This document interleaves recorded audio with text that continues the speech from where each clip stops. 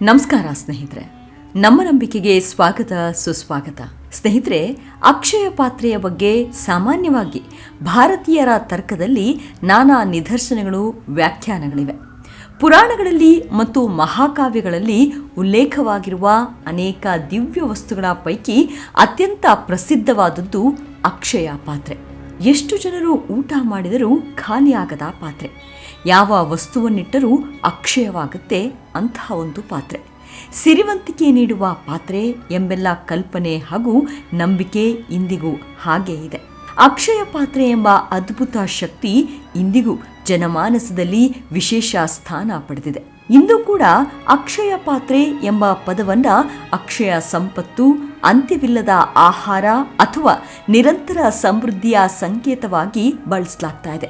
ಅಷ್ಟಕ್ಕೂ ಇಂದಿನ ಕಾಲದಲ್ಲಿ ಅಕ್ಷಯ ಪಾತ್ರೆ ಎಲ್ಲಿದೆ ಎಂಬ ಪ್ರಶ್ನೆಗೆ ಉತ್ತರವೇನು? ಈ ಎಲ್ಲಾ ವಿಚಾರಗಳನ್ನ ಈ ಸಂಚಿಕೆಯಲ್ಲಿ ಹೇಳ್ತಾ ಹೋಗ್ತೀನಿ. ಅದಕ್ಕೂ ಮುನ್ನ ನಮ್ಮ ನಂಬಿಕೆಗೆ ನಿಮ್ಮ ಬೆಂಬಲವಿರಲಿ.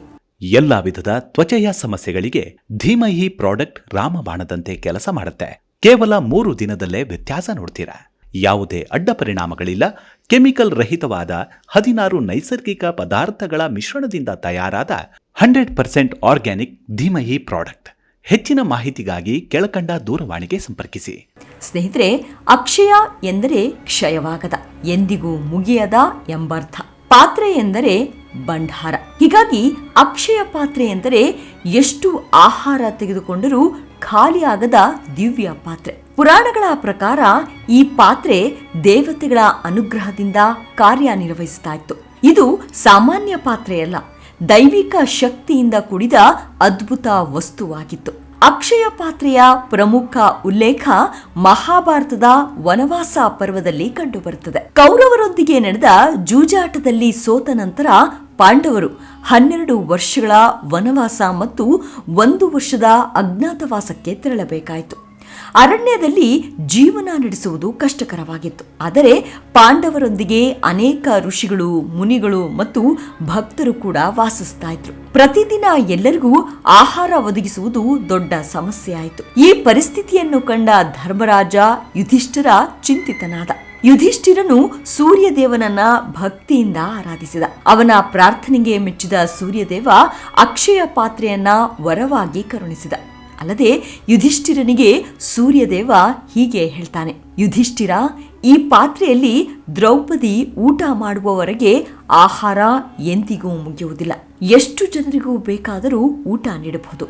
ಆದರೆ ದ್ರೌಪದಿ ಊಟ ಮಾಡಿದ ನಂತರ ಆ ದಿನಕ್ಕೆ ಇದರ ಶಕ್ತಿ ಕೊನೆಗೊಳ್ಳುತ್ತದೆ ಎಂದು ವರ ನೀಡಿ ಅದೃಶ್ಯನಾದ. ಇದರಿಂದ ಪಾಂಡವರು ಮತ್ತು ಅವರ ಅತಿಥಿಗಳು ಯಾವುದೇ ತೊಂದರೆ ಇಲ್ಲದೆ ವನವಾಸದ ದಿನಗಳನ್ನ ಕಳೆದರು. ಅಕ್ಷಯ ಪಾತ್ರೆಯ ಕಥೆಯ ಅತ್ಯಂತ ರೋಚಕ ಘಟನೆ ಎಂದರೆ ದೂರ್ವಾಸ ಮುನಿಯ ಪ್ರಸಂಗ. ದುರ್ಯೋಧನನು ಪಾಂಡವರನ್ನ ಸಂಕಷ್ಟಕ್ಕೆ ಸಿಲುಕಿಸಲು ಯೋಜನೆ ರೂಪಿಸಿದ. ಅಲ್ಲದೆ ಈ ತಂತ್ರಕ್ಕೆ ಕೋಪಿಷ್ಠರಾದ ದುರ್ವಾಸ ಮುನಿ ಆತಿಥ್ಯ ನೀಡಿ ಸಂತೋಷ ಪಡಿಸಿದ. ನಂತರ ಮುನಿಗೆ ಪಾಂಡವರ ಆಶ್ರಮಕ್ಕೆ ಭೇಟಿ ನೀಡುವಂತೆ ಸೂಚಿಸಿದ. ಆದರೆ ದುರ್ಯೋಧನನ ಕುತಂತ್ರದಿಂದ ಒಂದು ಸಮಯವನ್ನ ಆರಿಸಿಕೊಂಡಿದ್ದ. ಅದು ದ್ರೌಪದಿ ಈಗಾಗಲೇ ಊಟ ಮುಗಿಸಿದ್ದ ಸಮಯ. ಮುನಿಗಳು ಸಾವಿರಾರು ಶಿಷ್ಯರೊಂದಿಗೆ ಪಾಂಡವರ ಆಶ್ರಮಕ್ಕೆ ಬಂದರು. ಅಲ್ಲದೆ ಪಾಂಡವರನ್ನ ಭೇಟಿ ಮಾಡಿ, ನಾವು ನದಿಯಲ್ಲಿ ಸ್ನಾನ ಮಾಡಿ ಬರುತ್ತೇವೆ, ನಮಗೆ ಊಟ ಸಿದ್ಧವಾಗಿರಲಿ ಎಂದು ನದಿ ಕಡೆ ತೆರಳಿದರು. ಈ ಮಾತು ಕೇಳಿ ಪಾಂಡವರು ಆತಂಕಗೊಂಡರು. ದ್ರೌಪದಿ ಈಗಾಗಲೇ ಊಟ ಮಾಡಿದ್ರಿಂದ ಅಕ್ಷಯ ಪಾತ್ರೆ ಆ ದಿನಕ್ಕೆ ಕಾರ್ಯನಿರ್ವಹಿಸುವುದನ್ನು ನಿಲ್ಲಿಸಿತ್ತು. ಸಾವಿರಾರು ಅತಿಥಿಗಳಿಗೆ ಆಹಾರ ನೀಡದಿದ್ದರೆ ದುರ್ವಾಸ ಮುನಿಗಳ ಶಾಪಕ್ಕೆ ಗುರಿಯಾಗಬೇಕಾಗಿತ್ತು. ಆಗ ಅಸಹಾಯಕಳಾದ ದ್ರೌಪದಿ ಶ್ರೀಕೃಷ್ಣನನ್ನ ಸ್ಮರಿಸಿದಳು. ಅವಳ ಕರೆಯನ್ನ ಕೇಳಿದ ಶ್ರೀಕೃಷ್ಣನು ತಕ್ಷಣ ಆಶ್ರಮಕ್ಕೆ ಬಂದ. ಅಕ್ಷಯ ಪಾತ್ರೆಯನ್ನ ಪರಿಶೀಲಿಸಿದ. ಆದರೆ ಅದರಲ್ಲಿ ಒಂದೇ ಒಂದು ಅನ್ನದ ಕಾಳಿತ್ತು ಮತ್ತು ಒಂದು ಸೊಪ್ಪಿನ ತುಂಡು ಅಂಟಿಕೊಂಡಿರುವುದನ್ನ ಕಂಡ. ಅದನ್ನೇ ಭಕ್ತಿಯಿಂದ ಸೇವಿಸಿದ. ಅದನ್ನೇ ತಿಂದು ತೃಪ್ತನಾದ. ಆ ಕ್ಷಣದಲ್ಲೇ ಸಮಸ್ತ ಜೀವಿಗಳ ಹಸಿವು ತಣಿದಂತಾಯಿತು. ಇತ್ತ ಕಡೆ ನದಿಯಲ್ಲಿ ಸ್ನಾನ ಮಾಡ್ತಾ ಇದ್ದ ದೂರ್ವಾಸ ಮುನಿ ಮತ್ತವರ ಶಿಷ್ಯರಿಗೆ ಹೊಟ್ಟೆ ತುಂಬಿದ ಅನುಭವವಾಯಿತು. ಅವರು ಊಟಕ್ಕೆ ಹೋಗದೆ ಅಲ್ಲಿಂದಲೇ ತೆರಳಿದ್ರು. ಹೀಗೆ ಪಾಂಡವರು ಭಾರಿ ಸಂಕಷ್ಟದಿಂದ ಪಾರಾದರು ಎಂಬ ಕಥೆಯೂ ಇದೆ. ಹಲವಾರು ವಿದ್ವಾಂಸರು ಅಕ್ಷಯ ಪಾತ್ರೆಯನ್ನ ಕೇವಲ ಅದ್ಭುತ ಪಾತ್ರೆಯಾಗಿ ನೋಡದೆ ಅದರ ಹಿಂದಿರುವ ಆಧ್ಯಾತ್ಮಿಕ ಸಂದೇಶವನ್ನ ವಿವರಿಸುತ್ತಾರೆ. ಮೊದಲನೆಯದ್ದು ದೈವ ಭಕ್ತಿ. ದ್ರೌಪದಿ ಸಂಕಷ್ಟದಲ್ಲಿ ಕೃಷ್ಣನನ್ನ ಸ್ಮರಿಸಿದಳು. ಇದು ಸಂಕಷ್ಟದ ಸಮಯದಲ್ಲಿ ದೇವರಲ್ಲಿ ನಂಬಿಕೆ ಇಟ್ಟರೆ ಮಾರ್ಗ ಸಿಗುತ್ತದೆ ಎಂಬ ಸಂದೇಶ ನೀಡುತ್ತದೆ. ಇನ್ನು ಎರಡನೆಯದ್ದು ದಾನ ಮತ್ತು ಹಂಚಿಕೆ. ಅಕ್ಷಯ ಪಾತ್ರೆ ಎಂದಿಗೂ ಆಹಾರ ನೀಡುತ್ತಿತ್ತು. ಇದು ಹಂಚಿದಷ್ಟು ಹೆಚ್ಚಾಗುವ ಸಂಪತ್ತು ಎಂಬ ತತ್ವವನ್ನ ಸೂಚಿಸುತ್ತದೆ. ಇನ್ನು ಮೂರನೆಯದ್ದು ತೃಪ್ತಿ. ಶ್ರೀಕೃಷ್ಣನು ಒಂದು ಅಕ್ಕಿಯ ಕಣದಿಂದ ತೃಪ್ತನಾದ. ಇದು ನಿಜವಾದ ತೃಪ್ತಿ ಪ್ರಮಾಣದಲ್ಲಿ ಅಲ್ಲ, ಭಕ್ತಿಯಲ್ಲಿ ಇದೆ ಎಂಬುದನ್ನು ಸೂಚಿಸುತ್ತದೆ. ಅಕ್ಷಯತ್ವದ ಕಲ್ಪನೆ ಅನೇಕ ಪುರಾಣಗಳಲ್ಲಿ ಕಂಡುಬರುತ್ತದೆ. ಅನ್ನಪೂರ್ಣೇಶ್ವರಿ ದೇವಿ ಆಹಾರದ ಅಕ್ಷಯ ಮೂಲವೆಂದು ಪರಿಗಣಿಸಲಾಗಿದೆ. ಕಾಮಧೇನು ಬೇಕಾದದ್ದನ್ನ ನೀಡುವ ದಿವ್ಯ ಹಸು. ಕಲ್ಪವೃಕ್ಷ ಇಷ್ಟಾರ್ಥಗಳನ್ನ ಪೂರೈಸುವ ದೈವಿಕ ವೃಕ್ಷ. ಅಕ್ಷಯ ಪಾತ್ರೆಯು ಇದೇ ರೀತಿಯ ದೈವಿಕ ಸಮೃದ್ಧಿಯ ಸಂಕೇತವಾಗಿದೆ. ಇನ್ನು ಅಕ್ಷಯ ಪಾತ್ರೆ ನಿಜವಾಗಿಯೂ ಇತ್ತ ಎಂಬುದು ಶತಮಾನಗಳಿಂದ ಚರ್ಚೆ ಆಗ್ತಾ ಇರುವಂತಹ ಪ್ರಶ್ನೆ. ಇದಕ್ಕೆ ಎರಡು ಪ್ರಮುಖ ದೃಷ್ಟಿಕೋನಗಳಿವೆ. ಭಕ್ತರ ಪ್ರಕಾರ ಅಕ್ಷಯ ಪಾತ್ರೆ ನಿಜವಾದ ದೈವಿಕ ವಸ್ತುವಾಗಿತ್ತು. ಸೂರ್ಯದೇವನ ಅನುಗ್ರಹದಿಂದ ಅದು ಪಾಂಡವರ ವನವಾಸದ ಅವಧಿಯಲ್ಲಿ ಕಾರ್ಯನಿರ್ವಹಿಸಿತ್ತು. ಇತಿಹಾಸಕಾರರು ಮತ್ತು ಕೆಲವು ಸಂಶೋಧಕರು ಇದನ್ನ ಸಂಕೇತಾತ್ಮಕವಾಗಿ ನೋಡ್ತಾರೆ. ಅವರ ಪ್ರಕಾರ ಅಕ್ಷಯ ಪಾತ್ರೆ ಎಂದರೆ ಉತ್ತಮ ಸಂಪನ್ಮೂಲ ನಿರ್ವಹಣೆ, ಹಂಚಿಕೊಳ್ಳುವ ಸಂಸ್ಕೃತಿ, ಸಮಾಜದ ಸಹಕಾರದಿಂದ ಯಾರೂ ಹಸಿದಿರಬಾರದು ಎಂಬ ಸಂದೇಶ. ಈಗಿನ ಕಾಲದಲ್ಲಿ ಅಕ್ಷಯ ಪಾತ್ರೆ ಎಲ್ಲಿದೆ ಎಂಬುದನ್ನೇ ಇಂದಿನ ಜನ ಹೆಚ್ಚಾಗಿ ಕೇಳ್ತಾರೆ. ಇದಕ್ಕೆ ಸರಳ ಉತ್ತರ, ಅಕ್ಷಯ ಪಾತ್ರೆ ಇಂದು ಎಲ್ಲಿಯೂ ಲಭ್ಯವಿಲ್ಲ. ಮಹಾಭಾರತದ ನಂತರ ಅದರ ಬಗ್ಗೆ ಯಾವುದೇ ಸ್ಪಷ್ಟ ಐತಿಹಾಸಿಕ ದಾಖಲೆಗಳಿಲ್ಲ. ಯಾವುದೇ ಪುರಾತತ್ವ ಸಂಶೋಧನೆಯಲ್ಲಿಯೂ ಅಕ್ಷಯ ಪಾತ್ರೆ ಪತ್ತೆಯಾಗಿಲ್ಲ. ಕೆಲವರು ಅದು ದೇವಲೋಕಕ್ಕೆ ಮರಳಿತು ಎಂದು ನಂಬುತ್ತಾರೆ.